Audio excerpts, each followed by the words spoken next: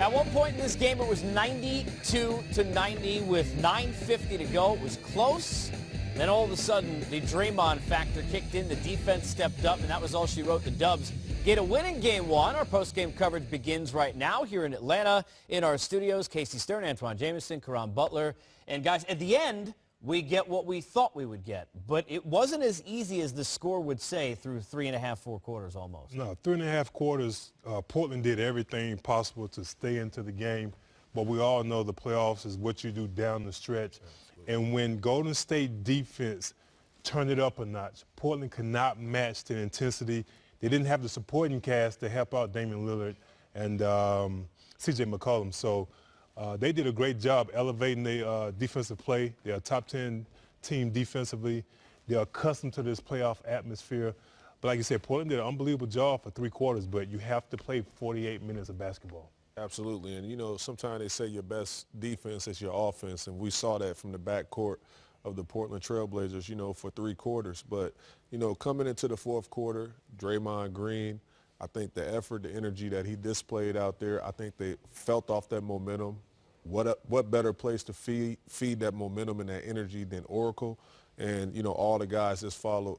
KD had a quiet 30-plus points, and that was just amazing to see that happen. In the flow, really, Just of in the the flow. offense. You know, the interesting thing is, and let's start with the defense, because the one thing about what Kevin Durant brought this year, we saw all the blocks. We know Draymond, a great defender.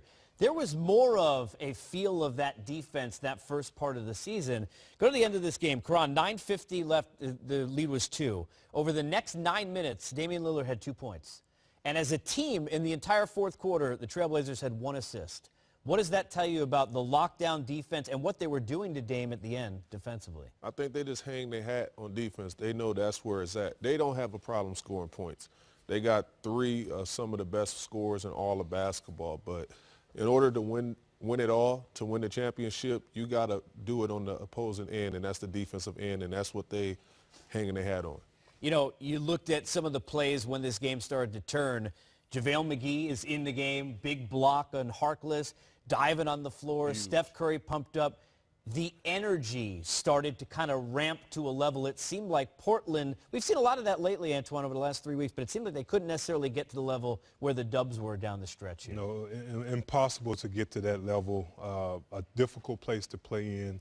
They are accustomed to playoff basketball, been to the finals, the last couple of finals, but when you've seen JaVale McGee diving on a loose floor, when you've seen Draymond Green getting deflections and Klay Thompson is bumping Damian Lillard and those guys, making it difficult, the crowd feeds into that atmosphere. They know they're playing defense.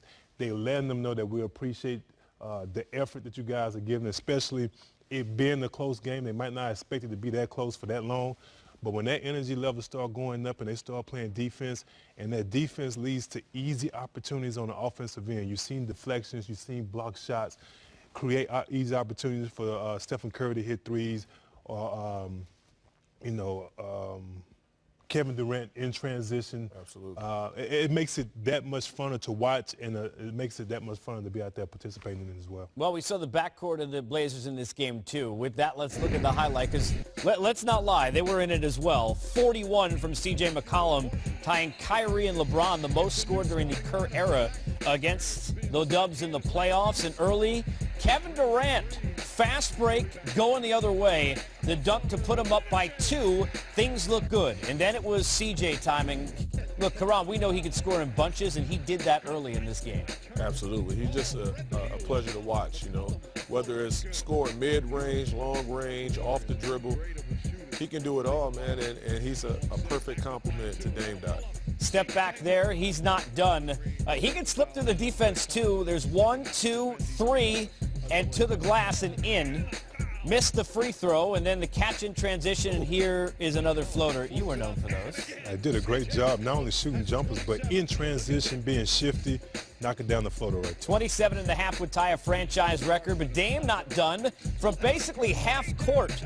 They combined in that backcourt 48 points at the half, and the Blazers are up by 1. But Karan, then it was Steph. Or to anybody on the team because they respect his effort and energy and what he displays and give that team night in and night out and what he sacrifices. You know, Golden State gets the win. We mentioned this before we got to this game. For those who didn't see the series last year, these two played against each other. One of the reasons why Dame thought they would have a good chance in this series, they lost in 5 last year, but the average point margin was 8, which for that team with the Warriors was small. It was tight most of the game today.